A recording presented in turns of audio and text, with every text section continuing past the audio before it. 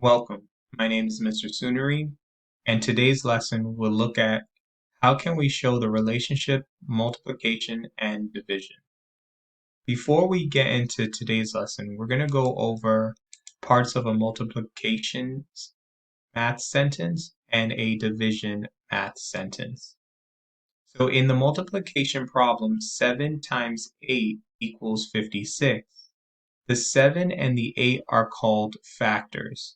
These are the numbers multiplied to get the answer. The 56 is the answer, also known as the product. So the product is the answer to the multiplication problem. Next, we're going to look at division and review those terms. In the example, 56 divided into 8 equals 7. 56 is what we call the dividend, the number that is being separated into smaller groups. The 8 is the divisor, the number of groups that the dividend is being separated into. And lastly, the answer, 7, is what we call the quotient, which is the answer to a division problem.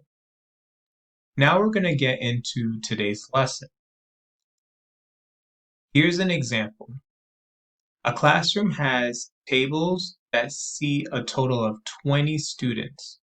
4 students are seated at each table. How many tables are in the classroom? So in this picture, I want you to pause the video, think about how many tables you see, especially with the chairs around it. And again, pause the video, think about the answer, and we're going to look at the answer on the next slide.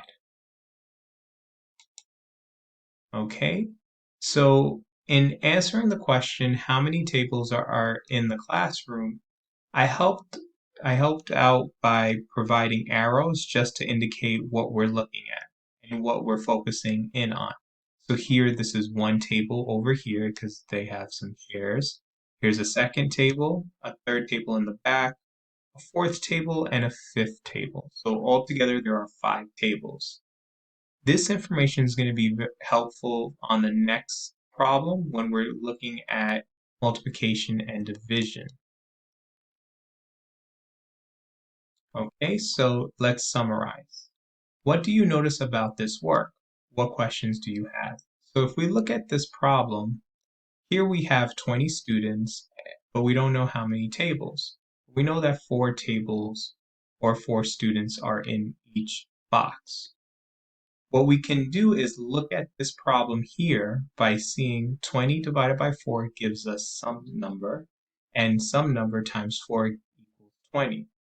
So on the next slide, I want you, before we get into the next slide, I want you to write your thoughts down, and what we'll do is we'll compare it with the answers provided. And there are multiple ways you can go about answering this question. Okay, now we're going to be ready to go on to the next piece. Okay, so in looking at this diagram, I did a tape diagram where there were 20 x's, and we're dividing it into 4, as indicated by this problem, 20 divided by 4. So in each of the 4 boxes, I divided the 20 evenly, and each of these boxes indicate 5 pieces. Here we have 1, 2, 3, 4, 5. Here we have 5. Here we have 5, and here we have 5. So we can think of this problem as 20 divided by 4 equals 5. Now, if we think about the multiplication version, some number multiplied by 4 equals 20, we see that there are 5 in each of these boxes, and there are 4 boxes. Therefore, 5 times 4 gives us 20. And here are some notes. 20 divided by 4 is equal to 5, and 5 multiplied by 4 is equal to 20. Now we're going to go into summarization. So in looking at this, how can we show the relationship, multiplication, and division?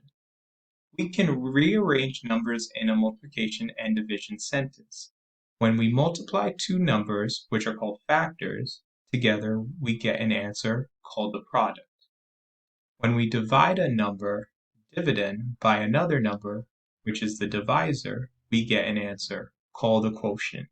And we can see that in this example.